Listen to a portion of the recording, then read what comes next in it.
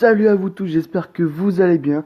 On se retrouve aujourd'hui tout simplement pour que je puisse vous expliquer un peu comment marchent mieux les livres des secrets.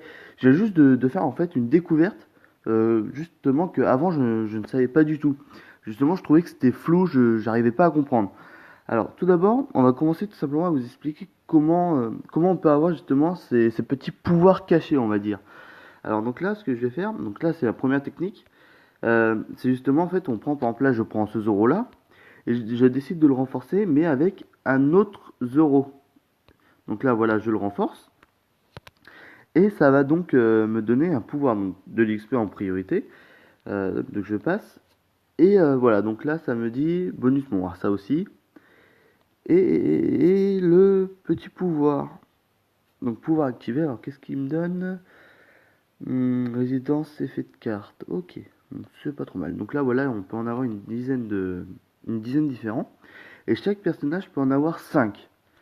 Donc après, selon le personnage, par exemple là, vous voyez, donc 5 petites bulles, donc 5 pouvoirs différents.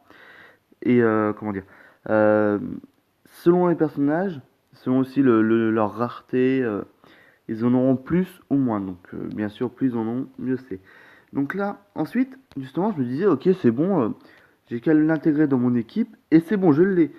Mais en fait, pas du tout. Donc, on va prendre par exemple ici, on va prendre justement ce Zoro. Où est-ce qu'il est là?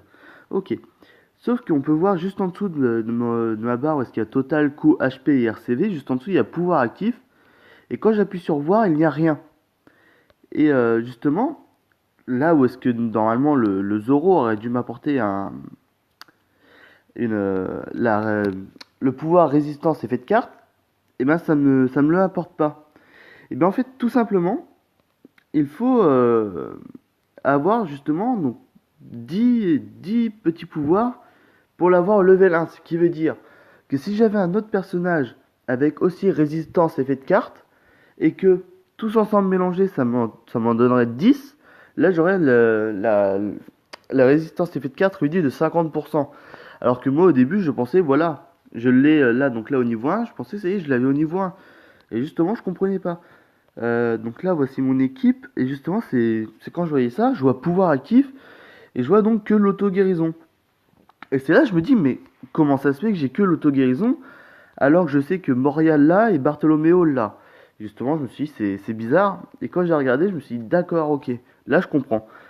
Et c'est aussi pour ça que je me disais, j'en ai 5 mais je comprends pas, je gagne toujours que 100 HP aussi.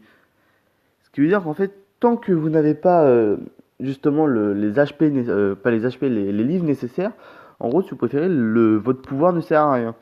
Donc il faut vraiment combiner les personnages, et justement en fait, euh, rajouter dans votre team, en fait, ne pas prendre en compte que la captainabilité. Du coup, il faut aussi prendre en compte ceci enfin, compter le nombre de livres qu'on a suffisamment.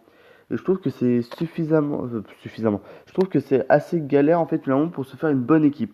En tout cas, j'espère que je vais vous avoir aidé pour simplement vous aider à mieux comprendre ceci, parce que moi j'avais complètement rien compris.